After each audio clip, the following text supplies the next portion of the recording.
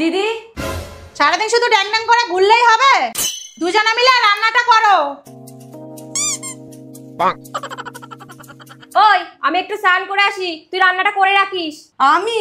কিন্তু কোনো কিন্তু না, আমি যেন এসে দেখি রান্নাগুলো হয়ে গেছে। ঠিক আছে, কিন্তু কি রান্না করব? রুটি আর তরকারি, আমি আসছি।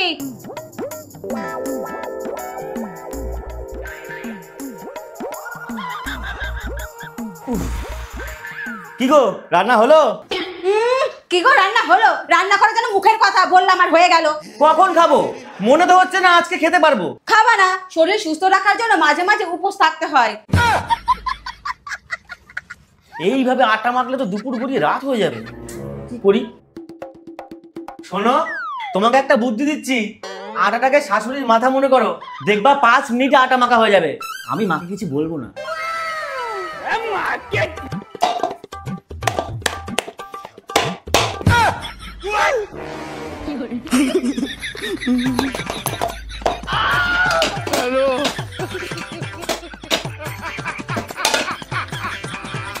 এই নাও তোমার খাবার। বৌমা,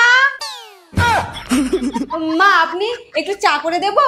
আজকে থেকে শাশুড়ির কথা ভেবে তুমি বাড়ির সব কাজ করবা।